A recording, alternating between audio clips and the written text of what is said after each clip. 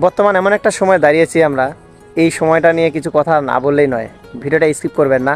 হতে পারে এই কথাগুলো আপনার জীবনের সাথে মিলে যাবে। এই কথাগুলো খুবই গুরুত্বপূর্ণ হতে পারে শোনার পরে। বিষয়টা এরকম একটু খেয়াল করে দেখেন। এখন অনেক বন্ধুবান্ধব আছে, আত্মীয় স্বজন আছে, অনেকের মধ্যেই এই ধরনের একটা ভাব এসে গেছে।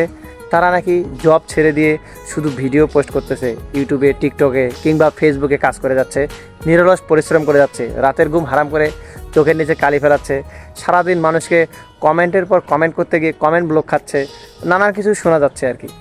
তো বিষয়টা আমি বলি এইভাবে, আপনারা ওইভাবে কাজ করবেন না। এটা আসলে এইভাবে অতিরিক্ত কাজ করার কথা ফেসবুক কোথাও বলে নাই। ফেসবুক বলে নাই আপনি দিন রাত পরিশ্রম করেন, আপনার কায়িক পরিশ্রম, মাথার পরিশ্রম বা শারীরিক পরিশ্রম যাই বলেন না কেন, সব কিছুই মোবাইলের উপর দিয়ে ঝড় তুলবেন না।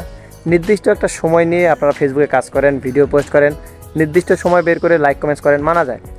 তো শুরুতে যে কথাটা বলতেছিলাম, যে একজনের কথা বলবো, আমার অফিসের মানুষ আছে কিছু, জব ছেড়ে দিয়ে শুধু ভিডিও পোস্ট করতেছে এবং কি তার ভিডিও ভাইরাল হচ্ছে না। 3 মাস ধরে সে ভিডিওর পিছনে লেগে আছে, অনেক টাকা খরচ করে ক্যামেরা কিনেছে, অনেক টাকা খরচ করে দামি ফোন কিনেছে, পুরো টাকায় তার নষ্ট হয়ে গেছে।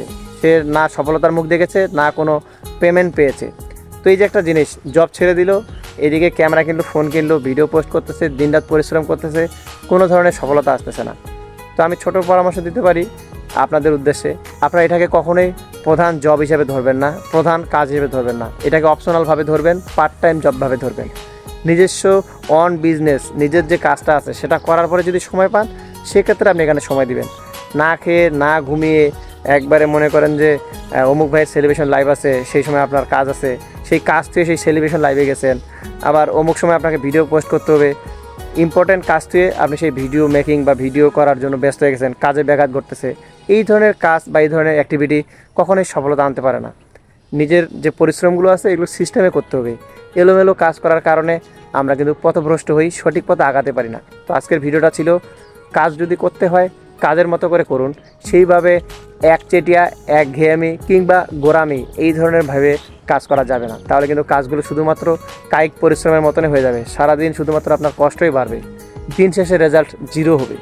আপনি ভালোভাবে কাজ করুন। ভালোভাবে করার অর্থ এটাই, আপনার অন্যান্য কাজের পাশাপাশি সংসার, পড়ালেখা, চাকুরি বা ব্যবসা যাই করেন না কেন, এগুলো সময় দেওয়ার পরে যেটুকু সময় পাবেন ফাঁকায় ফাঁকায় মাঝে মাঝে গ্যাপে গ্যাপে দিবেন। তাহলে আপনার কোনো দিকেই কোনো ধরনের সমস্যা হবে না। অনেকজনে বলেন দু নৌকায় পা দিয়ে কি চলা যায়, মানে ব্যবসা করবেন আবার ভিডিও মেকিং করবেন।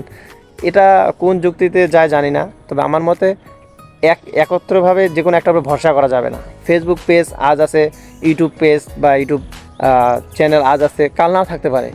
টিকটক আইডি আজ আছে, কালকে ডিসেবল হয়ে যেতে পারে। কি করবেন? এটাকে প্রধান জব হিসেবে যদি ধরেন আর সেটা যদি হঠাৎ করে নষ্ট হয়ে যায়, আপনি প্রচুর কষ্ট পাবেন, এটা আমি মন থেকে মানতেছি। তো আমার পরামর্শ এটাই, ওইভাবে ধরবেন না যেন আপনার কষ্টের কারণ, দুঃখের কারণ কিংবা আফসোসের কারণ হয়। এমনভাবে কাজ করুন যেন আনন্দের কারণ হয়, যে না পরিশ্রম করেছিলাম, পাই নাই, নাথিং, পরে পাবো। ভালো লাগলে লাইক কমেন্ট শেয়ার করবেন, আর আপনার মূল্যবান মতামত আমার কমেন্ট সেকশনে দিয়ে যাবেন। আমার কথাগুলো আপনার সাথে মিলে যায় কিনা, ভালো লাগে কিনা।